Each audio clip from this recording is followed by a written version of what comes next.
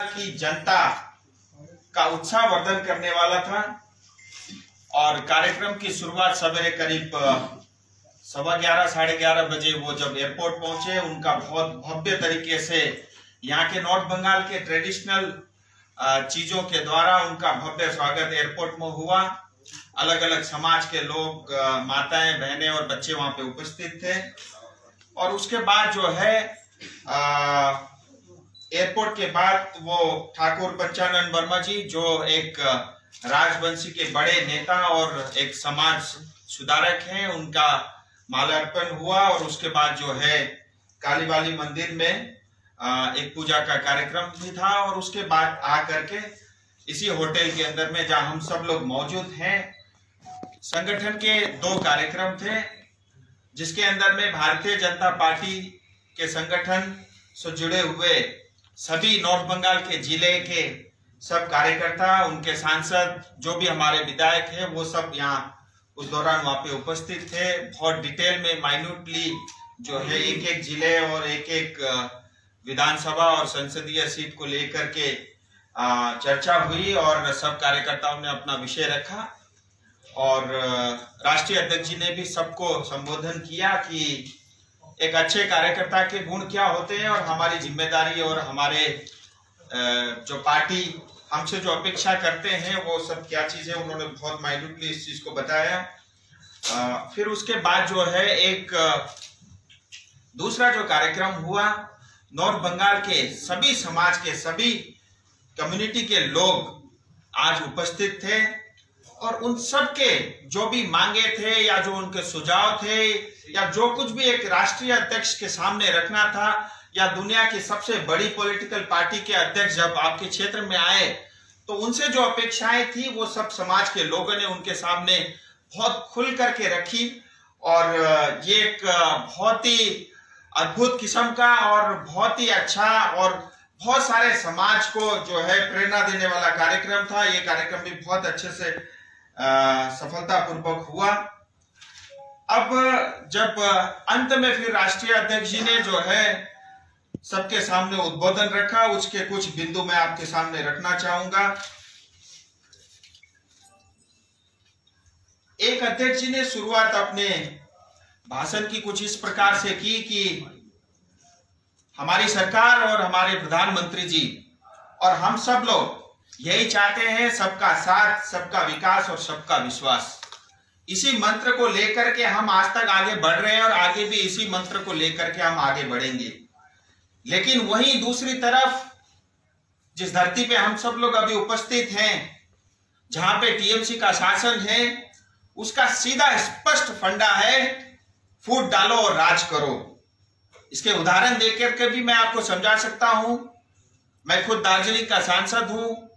दार्जिलिंग पहाड़ के अंदर में गोरखा के अलग अलग समाज कम्युनिटी के लोग रहते हैं। उनके 16 अलग अलग डिफरेंट डेवलपमेंट बोर्ड बना करके उनको बांटने की साजिश हुई। इस तरह के काम जो है पश्चिम बंगाल में लगातार हो रहे हैं। और दूसरा, जब वो अपना वक्तव्य रख रहे थे, जितने भी समाज के लोग जिन्होंने सुझाव दिए थे या जो बात अपने राष्ट्रीय अध्यक्ष जी से कहना चाह रहे थे, उसमें 2 बातें बहुत कॉमन सी थी। एक ये था एम्प्लॉयमेंट को लेकर के और दूसरा था एम्पावरमेंट को लेकर के। उन्होंने समाज के सभी आए हुए वर्ग के सामने विषय रखा कि मोदी जी ने जब से प्रधानमंत्री बने, डे 1 से एम्पावरमेंट के लिए उन्होंने काम किया है। चाहे वो जनधन अकाउंट के माध्यम से 40 करोड़ से ज्यादा खाते खुलने का कार्यक्रम हो, चाहे उज्ज्वला योजना हो जो हमारी गरीब माताओं को शक्ति प्रदान करता है, या पीएम आवास योजना हो, ये गरीब कल्याण योजना गरीबों के गांव और देहात में रहने वाले समाजों के लोगों के काम आता है। प्रधानमंत्री ग्राम सड़क योजना, किसान सम्मान निधि, दुख की बात है 76 लाख से ज्यादा किसान इस योजना से पश्चिम बंगाल में वंचित है। इसकी भी उन्होंने अपने संबोधन में इसका भी जिक्र किया। इसी के साथ आयुष्मान भारत योजना, जो कोई व्यक्ति अगर बीमार हो जाता है गांव देहात में तो उसको 5 लाख रुपए तक की बीमा मिलती है, लेकिन राज्य सरकार के जो रवैया है उसको देखते हुए ये योजना भी पश्चिम बंगाल में लागू नहीं है, इसकी भी उन्होंने अपने भाषण में, अपने संबोधन में जिक्र किया।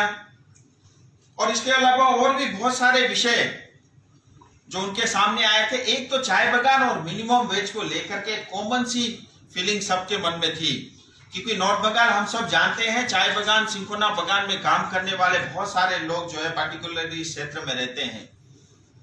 तो उन्होंने संबोधन में ये भी कहा कि अभी पिछले दिनों, कुछ दिन पहले ही जो पार्लियामेंट सेशन चला उसमें जो कोड ऑन वेजेस जो बिल पास हुआ, उसके बाद अब पीएलए एक्ट 1951 ये अस्तित्व में नहीं रहेगा।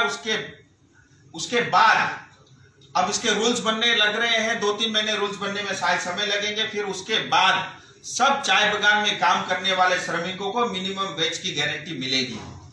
जिस तरह से बाकी क्षेत्र में काम करने वाले लोगों का जो स्किल लेबर है पश्चिम बंगाल में 350 रुपया उनको आज मिनिमम वेज मिलता है, उसी तरह से चाय बगान में काम करने वाले श्रमिकों को भी 350 रुपया मिनिमम वेज मिलेगा।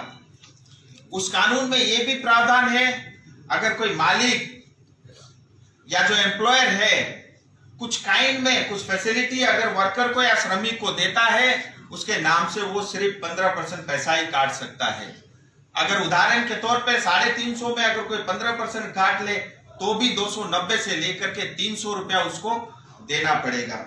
इस बात की भी उन्होंने जिक्र की। एक राजवंशी समाज के लोग थे, उनकी तरफ से नारायणी सेना की बात हुई। अध्यक्ष जी ने कहा कि आप सब लोग काफी समय से इसकी मांग करते रहे हैं और आपकी बात को प्रमुखता से मैं दिल्ली में भी रखूंगा, मैं भी आपके साथ हूं, ऐसी बात उन्होंने अपने उद्बोधन में किया। गोरखा समाज के लोग भी आए थे और उनकी भी 2-3 मांग थी। गोरखा समाज के लोगों ने कहा कि भारतीय जनता पार्टी को 2009 से वो लोग सहयोग करते रहे हैं, उनको जिताते रहे हैं और वो खुश है इस बात को लेकर कि 2019 के चुनाव में भारतीय जनता पार्टी ने गोरखा समाज को लेकर के 2 मांगे रखी थी, 2 विषय रखे थे। एक तो जो हमारे गोरखा भाई बहन हैं उनका 11 जाति का एक विषय है, क्योंकि गोरखा कम्युनिटी में 11 कम्युनिटी के लोग अभी भी एसटी बनने से वंचित हैं, जबकि 1941 तक वो हिल्स ट्राइब के नाते जाने जाते थे पूरे देश भर में, लेकिन उनका अधिकार वो छीन लिया गया, उसकी किसी को जानकारी में भी नहीं थी। इस बात को ध्यान में रखते हुए 2019 में भारतीय जनता पार्टी ने अपने संकल्प पत्र में इस बात का जिक्र किया था कि जो गोरखाओं में 11 छूटी हुई जातियां हैं वह हम उनको एसटी स्टेटस देने का काम करेंगे। इसी तरह दार्जिलिंग हिल्स, तराई डूवर्स को लेकर के स्थायी राजनीतिक समाधान की बात थी, उन्होंने ये बात रखी। अध्यक्ष जी ने कहा कि ये हमारा कमिटमेंट है और हम इसको करेंगे।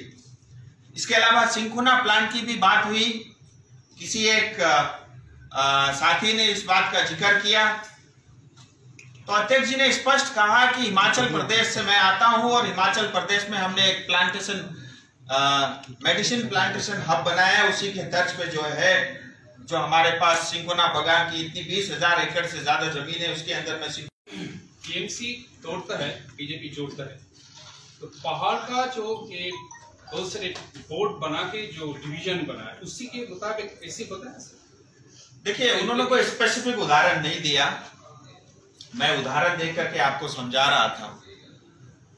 देखिए, ये 4.5 साल तक टीएमसी सिर्फ लूटने का काम करती है। जब चुनाव पास आता है 6 महीने तक फिर पैसा दे करके, लालच दे करके, अलग अलग तरह के प्रोपोगंडा करके उस समाज के साथ निकटता दिखाने की काम करती है। मैं कहना तो नहीं चाह रहा था, आपने प्रश्न पूछा है। आज टीएमसी पश्चिम बंगाल में एक धर्म विशेष को लेकर के काम करती है और जब चुनाव सामने आता है, चुनाव निकट आता है, तो बाकी धर्मों के लोगों को भी जो है अलग अलग तरह के चॉकलेट्स देने की कोशिश होती है। सो ये बात स्पष्ट दर्शाती है, ऐसे बहुत सारे उदाहरण है पश्चिम बंगाल में जो ये टीएमसी की सरकार करती रहती है। और कोई सवाल? तो सर, एक्चुअली कुछ दिन पहले अमित शाह ने बताया कि बिहार तेजी से बढ़ रहा है for development because there is a good relation with the centre and the state. everybody knows there is no good relation between the state and the center in the question of Bengal and center, Mamata Banerjee and Modi. So my question is, how many developmental projects have been stalled in Bengal as well as in North Bengal, proposed by you and others, member of parliaments? Actually, can you have any detailed list of it and just actually is it discussed here? देखिए, इसकी चर्चा इस पूरे बैठक के अंदर में नहीं हुई, लेकिन आपने प्रश्न पूछा है और काफी अच्छा प्रश्न पूछा है और मेरा ये अधिकार बनता है कि इसका जवाब मैं आपको दूं। एक तो मैं आपको ये स्पष्ट कहना चाहता हूं कि पश्चिम बंगाल में जो टीएमसी की सरकार है ये जन विरोधी है, ये एंटी पीपल्स पॉलिटिकल पार्टी है। क्योंकि अगर आप जनता के साथ होते तो आयुष्मान भारत को आप नहीं रोकते, अगर आप किसानों के साथ होते तो आप जो है किसान सम्मान निधि योजना को नहीं रोकते। ऐसी जितने भी योजनाएं जहां केंद्र सरकार डायरेक्ट डीएफटी के थ्रू उस उपभोक्ता तक सीधा पैसा पहुंचाने का काम करता है, उस योजना को टीएमसी सरकार विरोध करती है। तो इससे ये बात स्पष्ट है, ये प्रमाणिक है कि आज टीएमसी पार्टी केंद्र सरकार के जो अलग अलग योजनाओं से जो पैसे आते हैं, उस पैसे से टीएमसी पार्टी अपनी पॉलिटिकल एक्टिविटीज करती है। आपको मैं एक उदाहरण देके बताना चाहूंगा, ये मनरेगा और पीएमजीएसवाई, ये जो प्रधानमंत्री ग्राम सड़क योजना, इसके अंदर में इतनी बड़ी धांधली होती है पश्चिम बंगाल के अंदर में। जेसीबी ला करके रोड की पहाड़ की खुदाई होती है और लोगों के नाम दिखा करके जो है बहुत सारा पैसा उसके माध्यम से लूटा जाता है और वो सारा पैसा जो है पॉलिटिकल पार्टी के नेताओं के जेब में जाता है, उनके कॉन्ट्रैक्टर के जेब में जाता है। सो मैं सीधा स्पष्ट ये कहना चाहूंगा कि ये जन विरोधी पार्टी है, ये लोग विरोधी पार्टी है, किसान विरोधी पार्टी है, ये जो हमारे पश्चिम बंगाल की गरीब जनता है उसके विरोध करने वाली ये पार्टी है।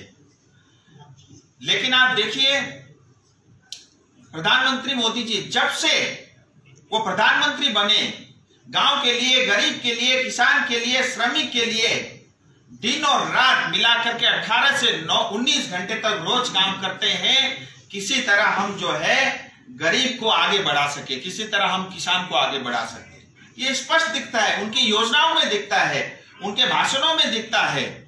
और मुझे लगता नहीं कि उनकी बात को कोई गलत प्रूफ करे ऐसा कोई व्यक्ति भी हमारे सामने होगा, क्योंकि वो अंदर से बोलते हैं, दिल से बोलते हैं। जिस तरह से वो काम करते हैं उस तरह से अपनी बात को वो रखते भी हैं जनता के सामने।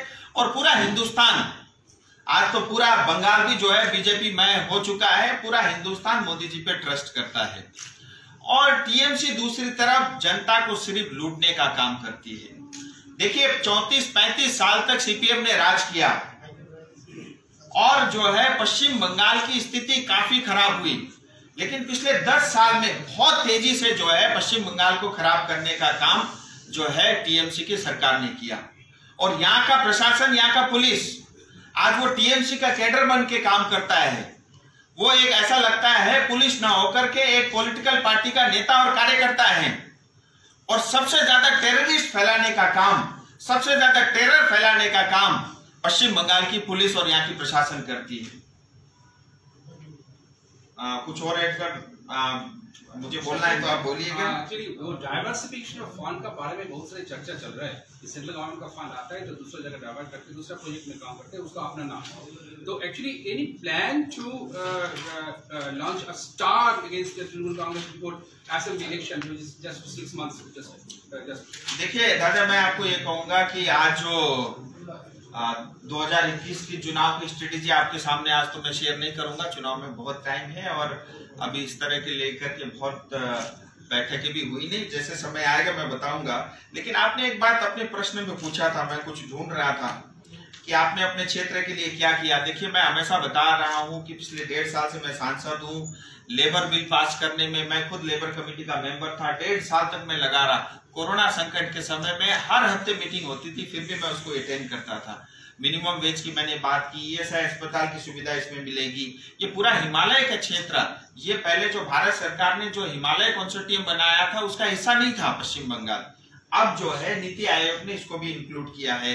और दार्जिलिंग के अंदर में, कालिम्पोंग के अंदर में, पूरे पश्चिम बंगाल में सबसे ज्यादा रोड्स और हाईवे के काम जो है हमारे क्षेत्र में हो रहे हैं। कालिम्पोंग जाने के लिए 2 अल्टरनेटिव हाईवे बन रहे हैं, दार्जिलिंग जाने के लिए एक अल्टरनेटिव हाईवे बन रहा है, कोरोनेशन ब्रिज का अप्रूवल मिल चुका है, और भी जो है मतलब सिलीगुड़ी के अंदर में जो ट्रैफिक को डीकंजेशन करने के लिए जो योजना है उसके ऊपर में काम चल रहा है। करसेंग के अंदर में रेल म्यूजियम बन रहा है, ऑल इंडिया रेडियो करसेंग को डिजिटलाइज कर रहे हैं।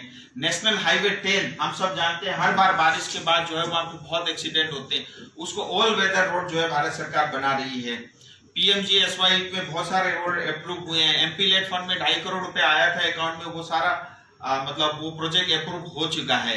लेकिन फिर भी मैं यहाँ पे कहना चाहूंगा, प्रोजेक्ट अप्रूव होने के बाद भी आज तक डीएम ने पैसा रिलीज नहीं किया। क्यों नहीं किया ये वही जानते हैं। मैं चाहूंगा आप जब भी डीएमसी मिले ये प्रश्न जरूर करें। पीएम रिलीफ फंड के माध्यम से करीब 90 से 100 लोगों का जो है इलाज करने में अभी तक सहायता मिली है। और विष्णु चटर्जी जी हम सब जानते हैं, नॉर्थ बंगाल में कोविड के एक वॉरियर थे जिनकी मतलब डेथ हो गई थी, लोगों की सेवा करते 50 लाख रुपए भारत सरकार की तरफ से उनको मिला। और कोरोना के समय में पीपी किट हो, मास्क हो, या और भी जो भी वेलफेयर के काम हो सकते हैं, ये सब काम देने का जो है काम किया है। और बस यही है कि आज के इस दौरे से जो है कार्यकर्ता और आम जनता तक दिल को छूने में हमारे राष्ट्रीय अध्यक्ष जो है सफल हुए हैं। और पिछले 9-9.5 साल से एक घटिया किस्म की सरकार जो है पश्चिम बंगाल में चल रही है, न जिसका कोई सिर है, न पैर है, न कोई विजन है, और न ही कोई सोच है। और इस तरह की सरकार के कारण पश्चिम बंगाल का बहुत नुकसान हुआ है। देखिए आज पश्चिम बंगाल में किसी चीज की कोई कमी नहीं है।